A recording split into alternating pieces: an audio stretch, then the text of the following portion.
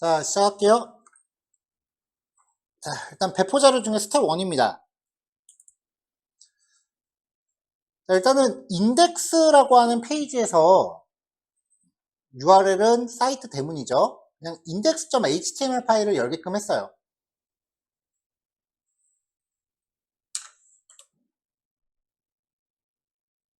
자, 그럼 리소스 안에 템플릿 안에 index.html을 봐야겠죠.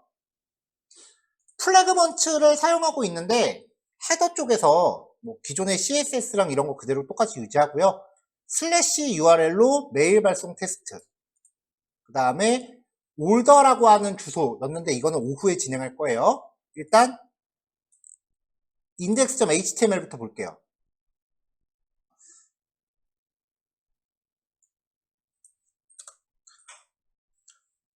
폼을 하나 구성을 했어요.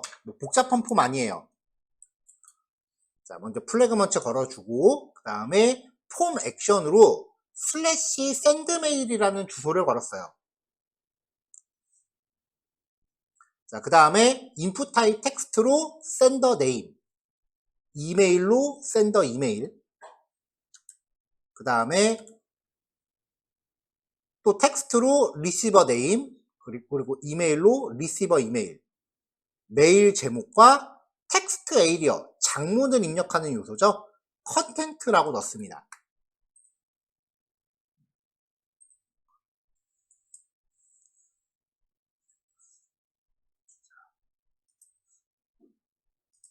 자, 실행 세팅 좀 할게요.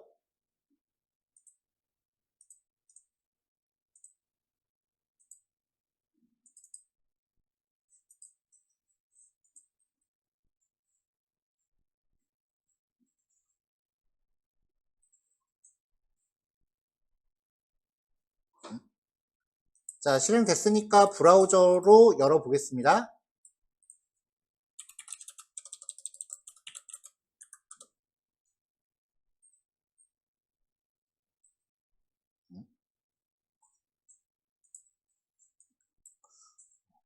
자, 여기 아까 왜 설정에 스프링 데브툴스 라이브 리로드 어데이블 요갑 있잖아요. 요갑 자체가 지금 없어졌나봐요.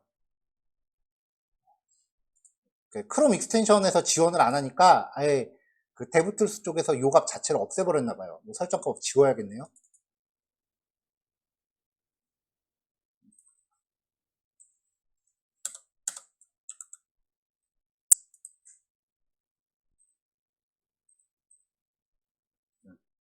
잘 작동하네요, 이제.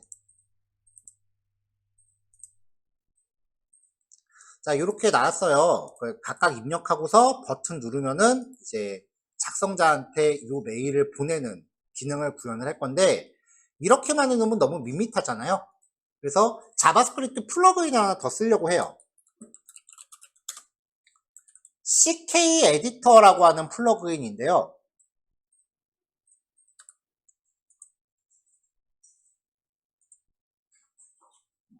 얘도 유료화 됐네. 무료 버전 있네요.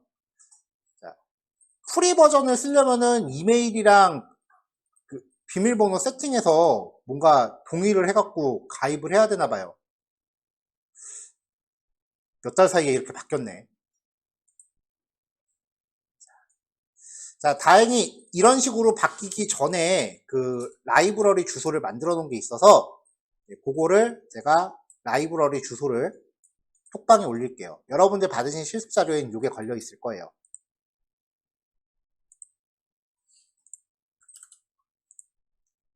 자, 톡방에 제가 지금 라이브러리 주소 걸었으니까 이걸 스크립트 문으로 참조시키시면 되고요. 사용 방법은요. 자바스크립트 참조시킨 다음에 ckeditor.create라고 하는 메서드에다가 텍스트 에리어에 대한 자바스크립트 객체를 만들어서 넣어주면 돼요. 자, 이렇게 걸면은 이렇게 밋밋했던 애가요. 재가동 해야겠다.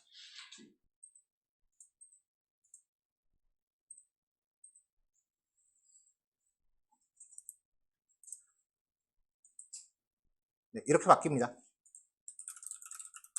이게 다예요. 네, 그 밖에 자세한 거는 이제 얘랑 연동할 수 있는, 연동이래. 이 CK 에디터가 갖고 있는 레퍼런스를 확인해 보면 돼요. 이제 이 자바스크립트 객체를 사용할 수 있는 여러 가지 기대 방법들이 나오는데 좀 난이도가 좀 세요. 그래서 저도 이 라이브러리는 한번 건드렸다가 일주일 이상 작업을 했었던 기억이 있어서 웬만하면 잘 안 건드려요. 자, 이렇게 라이브러리가 얘를 핸들링을 하면 여기에 입력된 내용이 액션 페이지로 전송될 때는 웹상에서 쓰다 보면 이런 상태의 그 편집기들 많이 보시죠? 이게 원리가 뭐냐면은 여기에 우리가 작성하는 내용이 내부적으로 다 HTML로 만들어져요. 그러니까 액션 페이지에 넘어갈 때는 이런 내용에 대한 HTML 코드가 들어가요. 간단하게 뭐 굵기라든지 목록 정의 태그 쓰는 거고, 여기는 헤딩 H1, H2, H3 태그 이런 식으로 HTML 태그화 시키는 거예요. 이미지 삽입 같은 경우는 여기에 이미지를 포함시킬 수가 있는데 이거는 지금 사실 쓰시면 안 되는 기능이긴 해요. 자, 한번 넣어볼게요.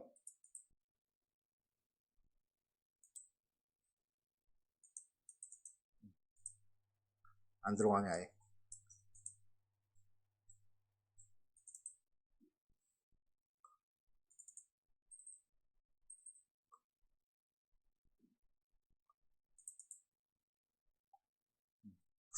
이미지가 지금 아예 안 들어가네요. 네, 왜냐면 이제 파일 업로드는 백엔드가 받아줘야 되기 때문에 이 기능을 활성화하려면 아마 얘랑 연동할 수 있는 백엔드 주소 지정해갖고 파일 업로드를 또 한번 구현을 해줘야 될 거예요. 자, 얘는 인용문 태그. 유튜브 삽입이 되나?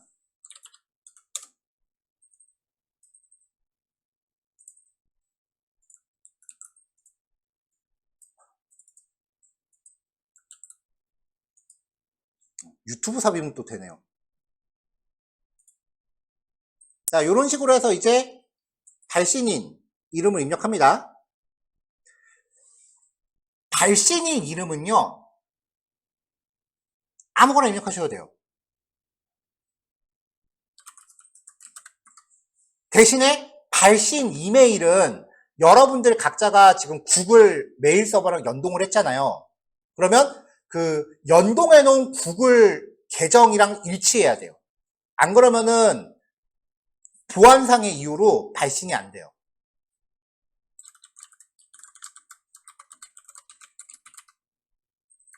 수신인 이름도 실제 그 사람 이름이 아니어도 돼요. 수신인은 아무나 정해줘도 돼요.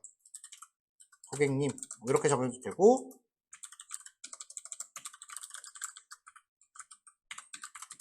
다른 데로 한번 보내볼게요.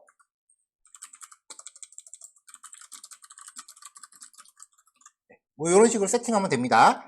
주의하실 거는 발신자 메일 주소가 연동해 놓은 그 구글 서버 계정이랑 일치해야 된다는 거. 자, 아직 보내기 전이에요. 자, 여기서 이제 버튼 누르면 액션 페이지로 다 전송하겠죠. 자, 그럼 메일 컨트롤러에서 해당 URL에 대응되는 거 정의하고요.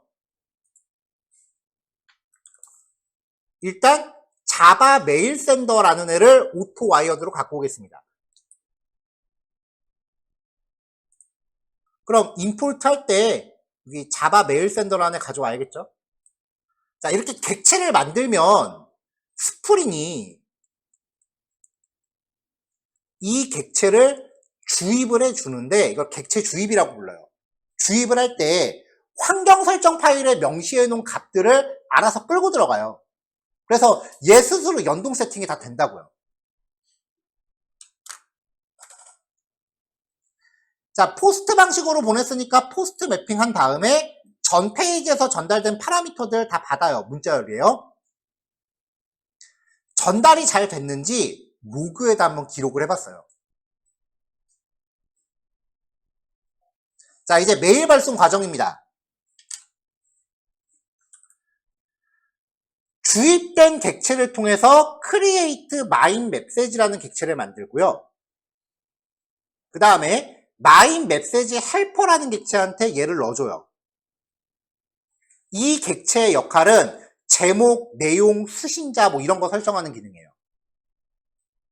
자, 얘 헬퍼를 통해서 set subject, 제목, set text, 컨텐츠 지정해주고요. HTML 태그인지 여부를 두 번째 파라미터로 설정을 해줘요.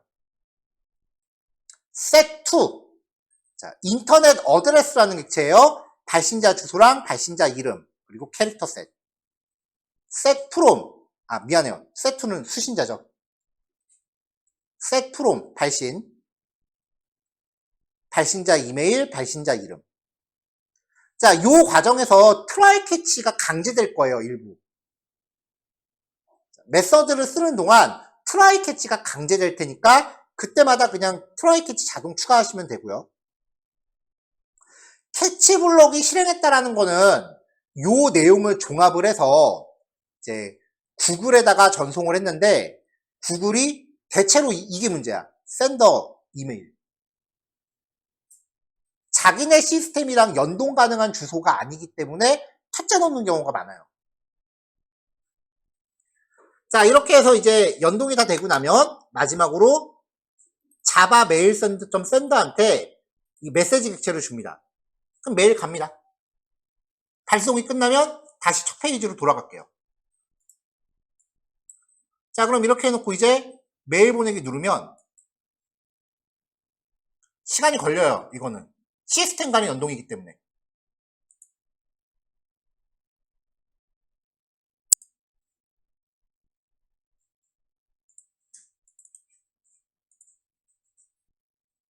자, 로그를 보면은 파라미터 이렇게 들어오고요. 이거는 인터셉터에서 찍어주는 거죠.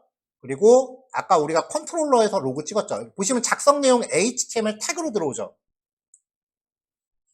그 밖에 에러 안 났으니까 잘 들어왔네요. 그러면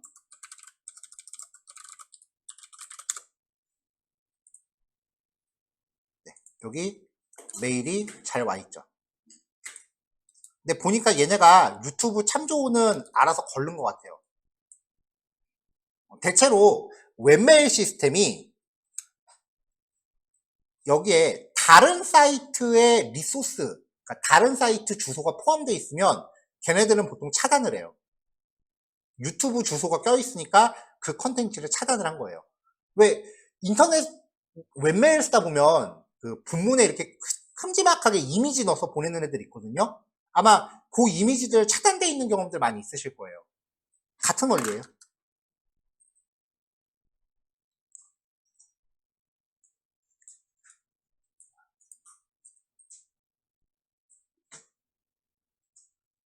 자, 지금 보다시피 여태까지는 우리가 버튼 누르면 결과가 제깍제깍 나왔는데 얘는 메일이 보내지는 동안 지금 시간이 3694ms, 한 3.5초 정도 걸렸거든요.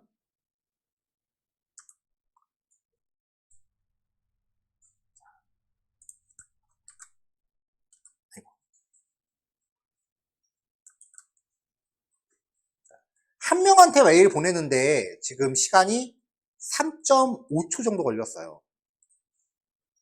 그러면 회원 수가 5만 명인 웹사이트가 전체 회원한테 공지 메일을 보내면 시간이 얼마나 걸리겠어요?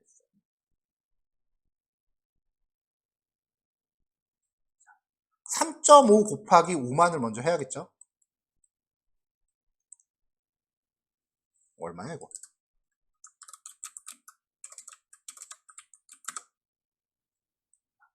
3.5 곱하기 10, 100, 1000만. 이게 초고요. 나누기 60으로 나누면 분. 60으로 더 나눠볼까요? 48시간 걸린대요. 꼬박 이틀인 거죠. 그러면 이게 무슨 말이냐면은 요 메일 보내기 버튼 누르고 페이지가 이동될 때까지 48시간이 걸린다는 얘기야. 그렇게 작동도 못해요. 왜냐면은 액션 페이지들은 전부 다 타임아웃이 걸려있기 때문에 대체로 한 15초 정도 지나가면 타임아웃 걸려서 시스템 자체가 그냥 뻗어버려요. 문자 발송은 이거보다 시간 더 걸려요. 이게 여러분들이 그 SK에서 해킹당했을 때 안내 문자가 늦게 왔다라는 뉴스를 보게 된 이유예요.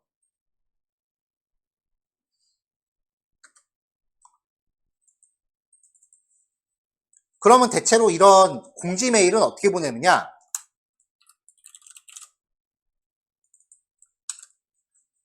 자, 지금 우리가 HTML을 짰잖아요. 그 다음에 액션 페이지를 만들었고요. 그럼 이제 입력 컨텐츠, 메일 보낼 내용이 일로 넘어갔죠? 그럼 얘가 그거를 직접 메일을 보내는 게 아니고요. DB에 넣어요.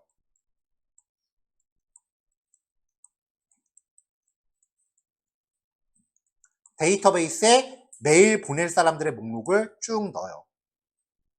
그리고 얘는 그냥 일로 돌아가는 거야. 메일이 보내지는 게 아니에요. 그러면 스프링 웹사이트랑 개별적으로 별도의 프로그램이 하나 또 돌아요. 별도의 어플리케이션이 작동을 하고 있는데 얘는 1초에 한 번씩 이 DB를 스캔을 하는 거예요. 그래서 메일 발송 목록이 있으면 1초에 한 번씩 얘를 스캔하면서 데이터를 한 건씩 셀렉트해서 메일을 계속 보내는 거죠. 그러니까 웹사이트랑 별도로 DB를 스캔해서 계속 메일을 발송만 하는 그 백그라운드 프로그램이 따로 있어요. 이런 애들을 배치 프로세스라고 해요. 이 배치 프로그램이 1초에 한 번씩 매번 자동으로 실행하니까 이 프로그램을 스케줄에 따라서 자동 실행시키는 기능을 스케줄러라고 하거든요. 그래서 보통 배치 프로세스랑 스케줄러는 같이 묶어서 구현을 하기 때문에 배치 스케줄러라는 용어를 실무에서 많이 써요. 배치 프로그램 혹은 스케줄러, 배치 스케줄러 다 같은 의미라고 보시면 돼요. 웹사이트랑 개별적으로 따로 이제 항상 24시간 떠 있으면서 지정된 시간마다 한 번씩 자동으로 작동하는 애들이에요. 웹사이트를 운영하다가 뭔가 시간과 관련된 내용이 나온다라고 하면은 무조건 배치해요. 왜냐면은 웹페이지는 사용자의 클라이언트의 요청이 없으면 작동을 안 해요. 액션 페이지는 HTML에서 서브밋이 되지 않으면 절대 작동을 안 해요. 스스로 작동하는 건 절대 없어요. 예를 들면은 장바구니에 담긴 상품은 일주일 동안 유지됩니다. 이런 쇼핑몰들 많잖아요. 그럼 누군가가 여러분들이 장바구니에 담은 시점으로부터 일주일을 카운트한다는 얘기잖아. 누가 하겠어요, 그걸? 웹사이트에서 탈퇴하면은 대부분 탈퇴 약관에 이런 게 있어요. 탈퇴된 회원의 정보는 3개월 동안 유지되고 3개월 후에 자동 삭제됩니다. 이런 약관들이 있단 말이에요. 이렇게 시간을 운운하는 기능은 모두 스케줄러로 별도의 프로그램으로 구현을 해요. 다행히 스프링에는 자체적으로 스케줄러를 만드는 기능이 있기 때문에 이 스케줄러 기능은 우리 스프링 단원 마지막에 살펴보게 될 거예요. 그러니까 메일링 리스트에는 지금 당장 우리가 구현할 수 있기엔 좀 힘들어요. 지금 할 수 있는 기능은 뭐 쇼핑몰에서 결제를 했다. 그럼 결제 확인 메일 같은 거는 그냥 한 명한테 건 바이 건으로 보내는 거잖아요. 이런 거 구현할 때 쓸 수 있는 거지 단체 메일 같은 거는 스케줄링이 있어야 돼요. 그러니까 기술의 적용 범위가 좀 차이가 있다라는 거 챙겨놓으시면 됩니다. 자, 오전 요거까지 할게요. 실습하시는데 오전 남은 시간 좀 부족할 것 같으니까 식사 다녀오신 후에 실습 시간 조금 더 연장하도록 하겠습니다. 자, 여기까지요.